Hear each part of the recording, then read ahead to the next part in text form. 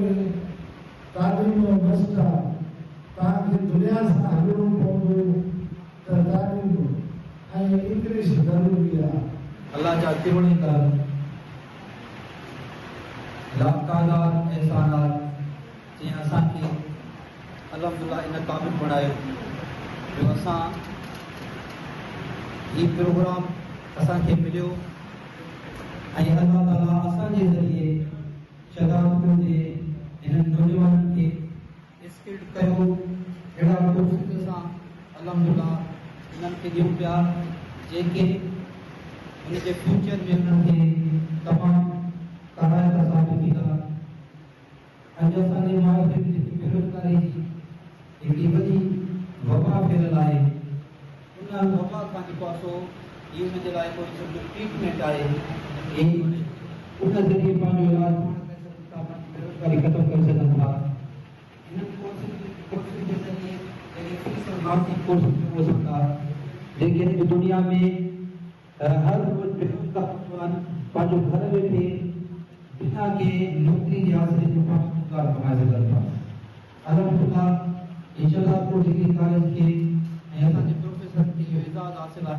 शदादकोट government boy degree college शदादकोट में principal ख़ालिद हुसैन खटियाण पारां वेब डेवलपमेंट प्रोग्राम जी कामयाब मुकमल थियण ते ख़ुशी में हिकु शानदार इनामी वर्ष तक़रीब मुनक़िद कई वई।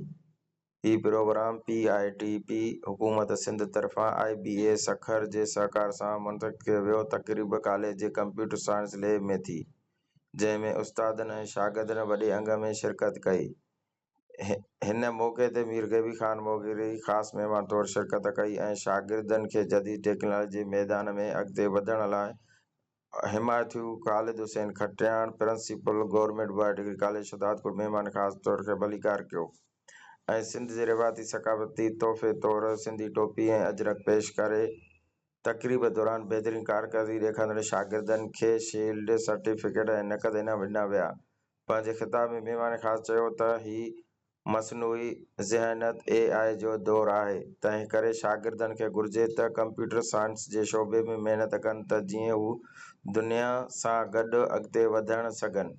हिन कॉलेज इंतिज़ाम जी कोशिशुनि खे साराहियो ऐं नएं क़ाइमु थियल कंप्यूटर लैब साइंस लाइ एयर ऐं वधीक सहकार जो ऐलान पिणु कयो। पोज़ीशन होल्डरनि शागिर्द अबू बकर पहिरीं पोज़ीशन, अली अकबर कोसो ॿी पोज़ीशन, काजल धीउ नमीरा दास टीं पोज़ीशन, सईद अहमद टीं पोज़ीशन, मोहम्मद नाइब सुमरो ख़ासि पोज़ीशन। तक़रीब जी आख़िर में कामयाब शागिर्दनि खे शील्डूं ऐं तारीफ़ी सर्टिफिकेट ॾिना विया। हीअ तक़रीब इलाइक़े जे शागिर्दनि जी जदीद तालीम ऐं डिजिटल महारत जे वाधारे लाइ हिकु अहम क़दम साबित थिए थो। गुलज़ार अहमद चांडियो, कोशिश डिजिटल शदादकोट।